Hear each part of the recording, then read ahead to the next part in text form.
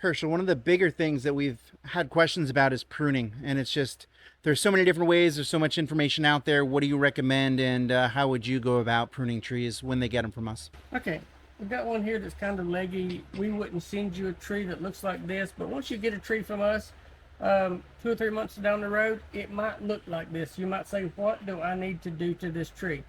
There's not really a right way or a wrong way to prune a tree. What I like to recommend to everyone is for the first year, you want it to just look like a beach ball.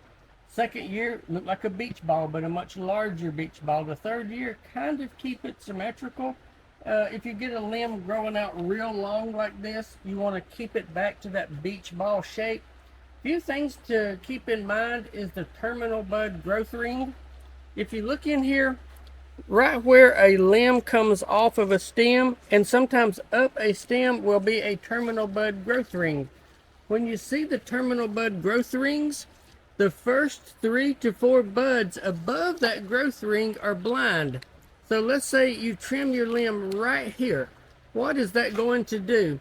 These buds right here will probably never break and grow out to anything. So if you trim it back down to the terminal bud growth rings, that's where it's going to produce a lot of buds. Okay, so let's just try to trim this tree into a beach ball shape, and I'm leaving the terminal bud growth rings because there's many buds in those growth rings. That was a close-up there. Okay, this one is kind of coming across ways. I'm not too worried about a limb going across other limbs. No worse than that. Now, right in here, I don't want to trim those all the way back down there. I want to just take the tips off so that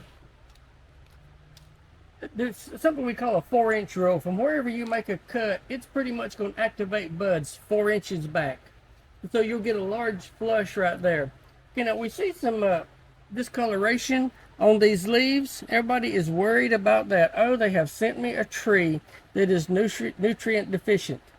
In the wintertime, when the tree is not growing really good, it's hard for it to pick up nutrition.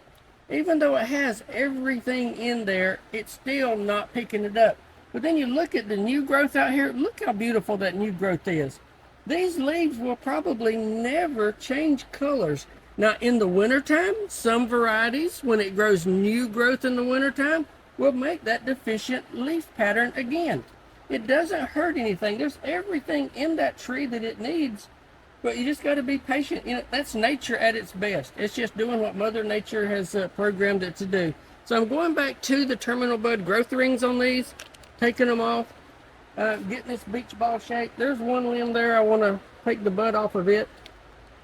Okay, come on around. I'm going to take the bud off of this one, bring these back into the terminal bud growth rings. I'm going to take this one back a little bit more. I see a terminal bud growth ring there. I'm going to count 3 buds out. Go to the 4th one, cut it. I'm going to come down here, cut a little bit here. I like bushes, not necessarily trees. Now down here below the rootstock, we have some trifoliate limbs coming out. We want to be sure we remove the trifoliate limbs, and we want to move them as close as possible. Now, the strange thing about trifoliate is if you cut it off right here, the terminal bud growth ring was way down here, but trifoliate will produce buds there and produce several buds around there, unlike the scion. The scion won't do that. The rootstocks will. So cut those as close as you can.